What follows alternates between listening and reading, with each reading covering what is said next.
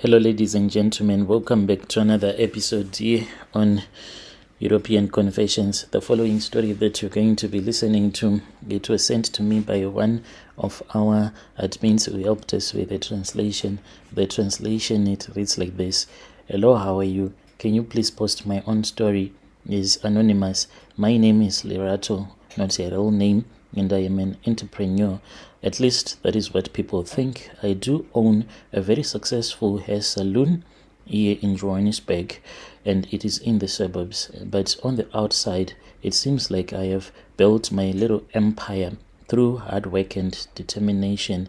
But the truth is much darker than anyone can ever imagine. What people do not know is that behind my success, behind the smiles and the compliments, there is a nightmare that I created through ukutwala. So even though I own this salon, like it was legit the first few years that I was running this salon, but with time it is more like a friend.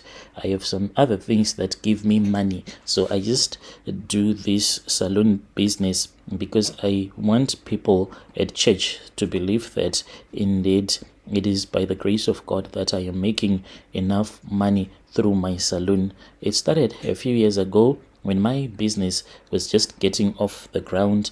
I was very ambitious, young, and determined to make it big. But no matter how hard I worked, no matter how many hours I would put into the salon, it's like I had reached that ceiling where I could not break through to the next level. Clients were not coming in like the way that I was hoping, and I felt the pressure to succeed weighing on me.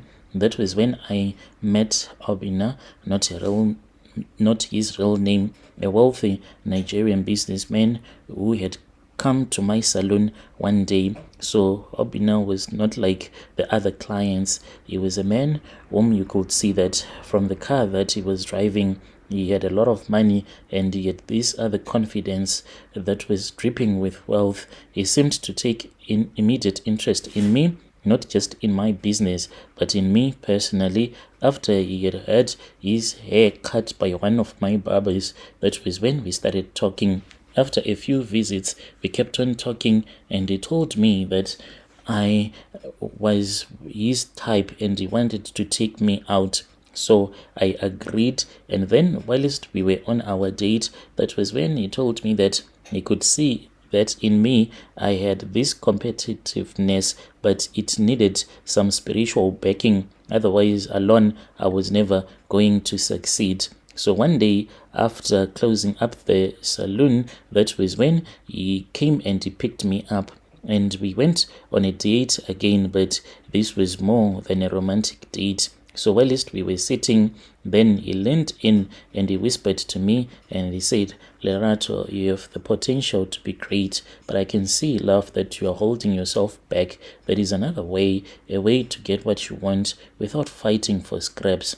He went on to explain about some rituals that I could do, like ukutwala rituals, and I could make a pact with the spirits to bring wealth and success, but at a price. I knew what he was talking about. I had heard stories growing up, but I never thought that I'll be the kind of a person to even consider such things. But desperation is a way of making you see the world really differently. I wanted to succeed so badly, and I was willing to listen. He then took me to this other man, and me and that man, since we could not understand each other, he was like a priest from his country, those ones that do this type of rituals. So there was a misunderstanding there because I did not want to do the things that he wanted me to do. In my life, I had never called upon the spirits of my ancestors and my dead relatives so that they can come and assist me in my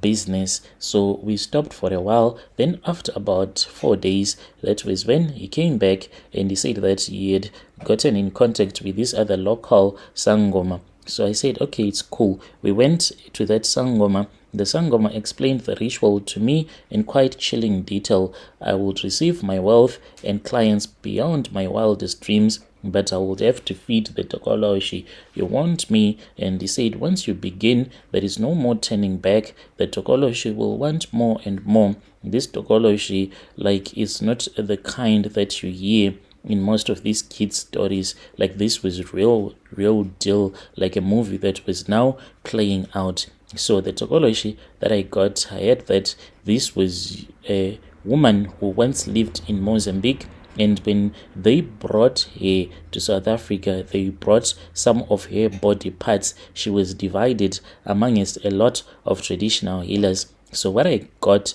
was a doll's head that represented that woman's head. So I looked at it. It does not have a body, nothing. It is just a disfigured doll's head with hollow eyes and a mouth that never closes. And when I looked at it, hey, that was really tough and scary. I was instructed to keep it hidden in my saloon, and then at night, if I want to, I can return with it back home. But if I want, I can leave it there, only that my workers, they are not supposed to touch it. So I spoke with this other man, Zim Carpenter, who had once done my couch when it was broken down. I told him that I wanted him to come to the saloon to see if he can do another design and to make a secret compartment where I can keep this doll's head. So he came and we redesigned the way that the saloon now looks.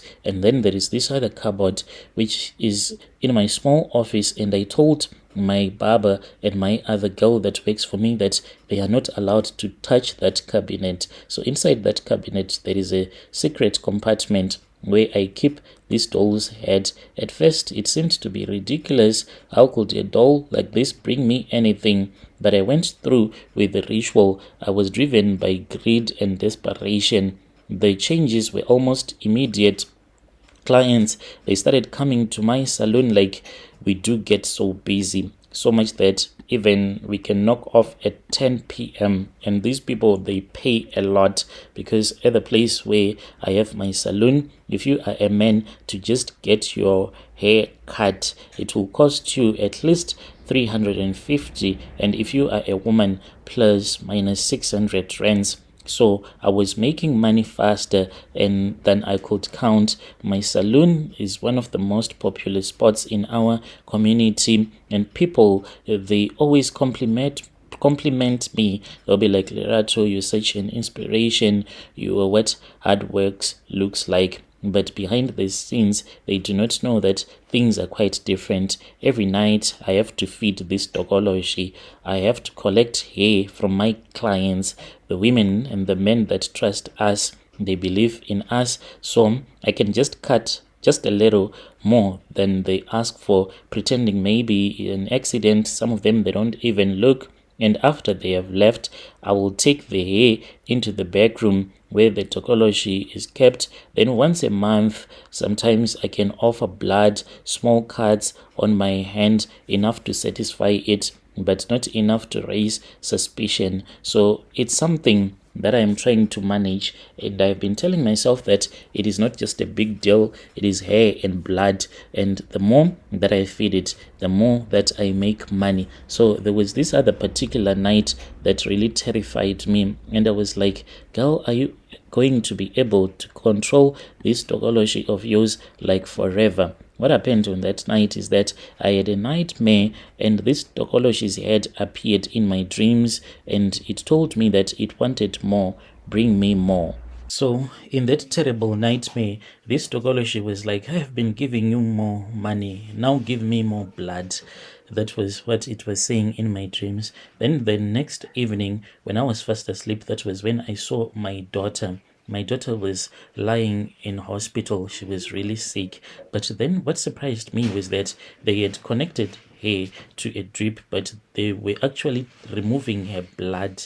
Then I had another dream, and the Tokoloshe was telling me that it wants the blood of my daughter. I have since spoken with my Nigerian ex-boyfriend. He has since promised me that he is going to try to find a solution. But here I am. I once spoke with another prophet who is from Zim. He says that if I return back with him to his country, there is a place there, he said, in his village where they have this other river, a sacred river, where we can go and throw this Tokoloshe. We will dump it in that river, and the marine spirits, they can accept things like that, and then I will be cleansed. And when I return back to South Africa, he said, you still need to work hard, but you won't be poor.